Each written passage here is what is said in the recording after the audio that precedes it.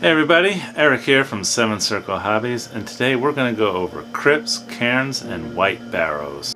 So I just started with putting two pieces of scrap foam together, and then I took out my carving tool. You can get these for about 20 bucks on Amazon. They come with a couple different assortments, but you're going to want this guy that kind of looks like a cheese grater here, and I'm just going to roughly cut out the shape of a hill here using angled cuts, going very slowly. And again, you don't have to have it perfectly smooth here.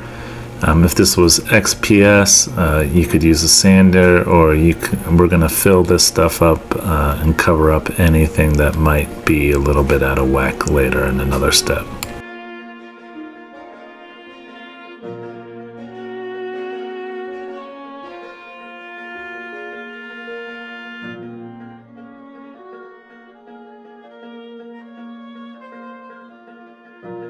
After dry fitting the entrance rocks, I used the little shaper tool here, and I'm cutting out the cave entrance. I had to go back later and cut this a little bit deeper for the tea light that I put in. So you want to go ahead and, at this point, just cut a deeper channel than I did. Save yourself some time and effort with going back in, but that's okay.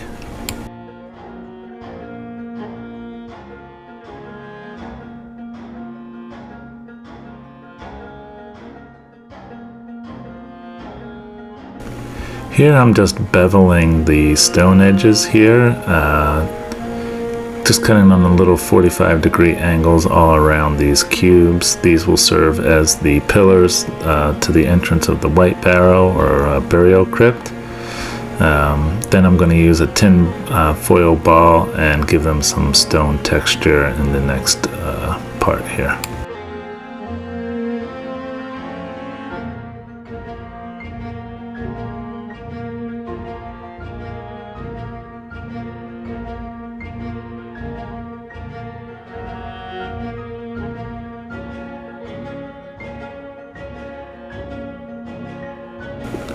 Then I'll use a little bit of glue and a toothpick to hold these in place and give it a little extra support.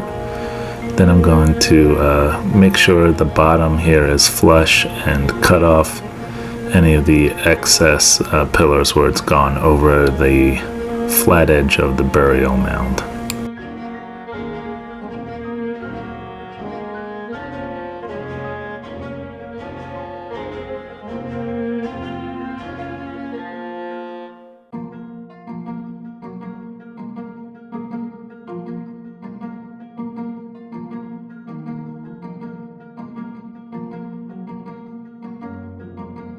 Okay, this next step's optional. I decided to jazz up the front here with some Woodland Scenics rock molds.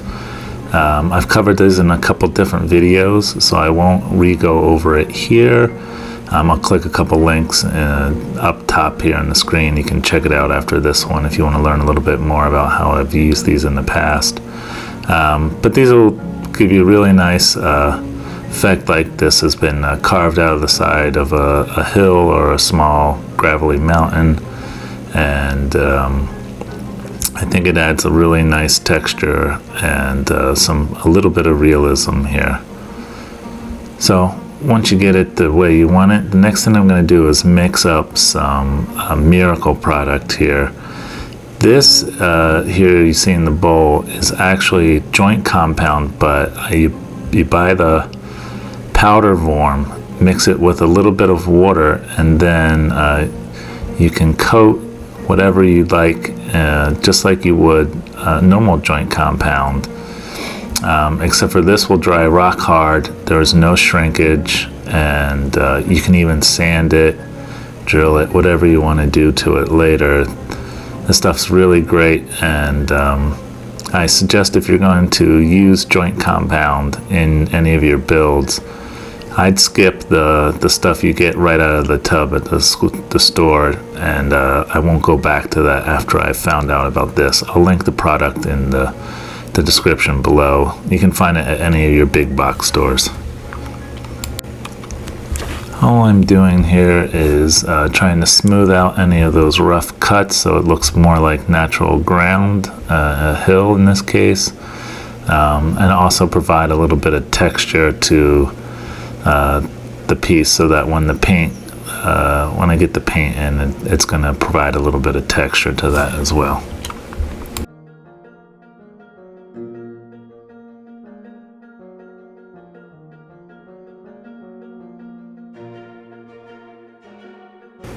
After about a half-hour drying time, I start with a spray of dark brown.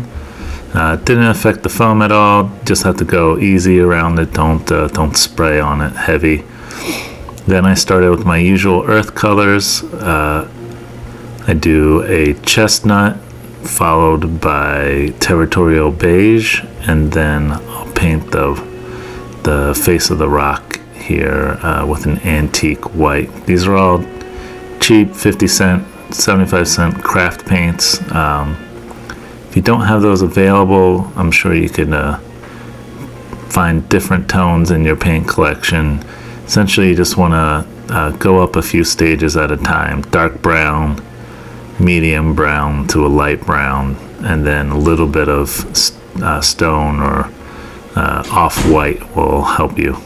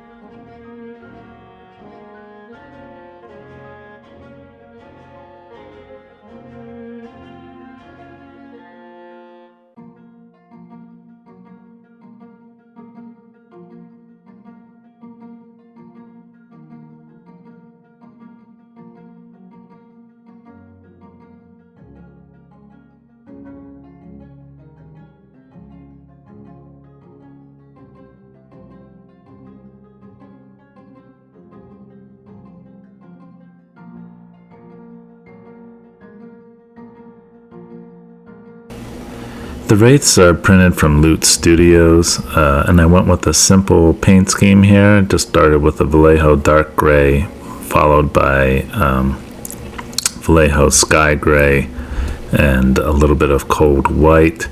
I did the same thing with the torches, the torch flames, and then I hit it with GW Hex Wraith green, which gave it that really nice kind of eerie, creepy vibe here. It's coming right up.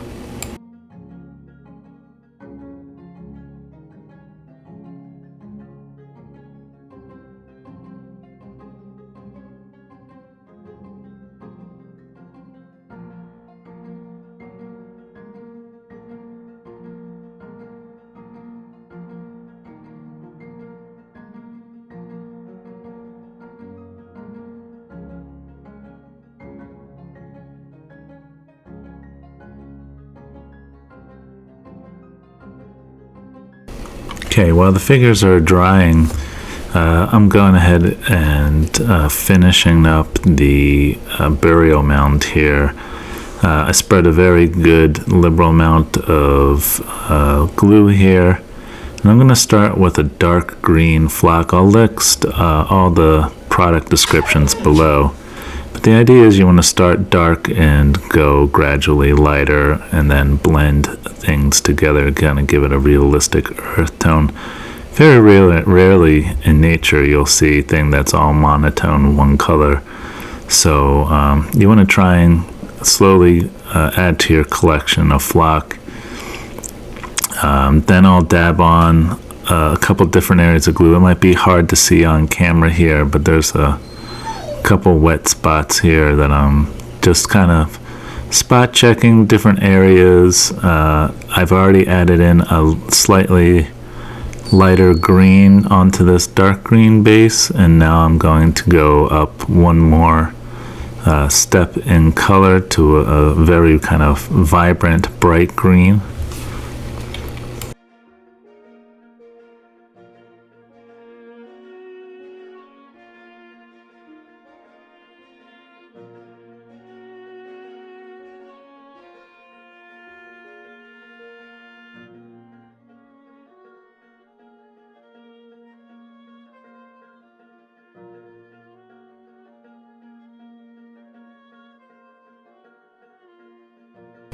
And the moss on the rocks is really easy. I just put a little glue there and sprinkled on some flock and locked it in. When this is all dry, I'll shake it off a little bit and then hit it with another coat of watered down PVA and lock everything into place.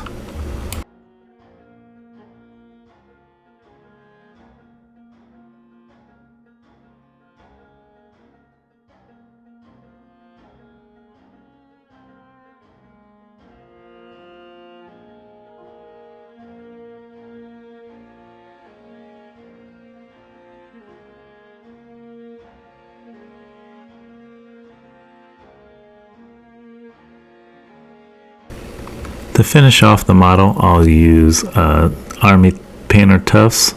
They come in different companies and different brands. You don't have to use Army Painter if they're not available near you. But you want to get a couple different types. These are mountain tufts, and I think tundra or winter tufts. I'll go back and double check and link everything down in the description below if you want to do the exact thing here. And really, there's no methodology here. I just kind of looked for where the rock met the hill face and figured maybe there's something kind of growing up through a rock, or just really kind of wherever it looked good aesthetically. And then put a couple on the ground in front, and just about finished here.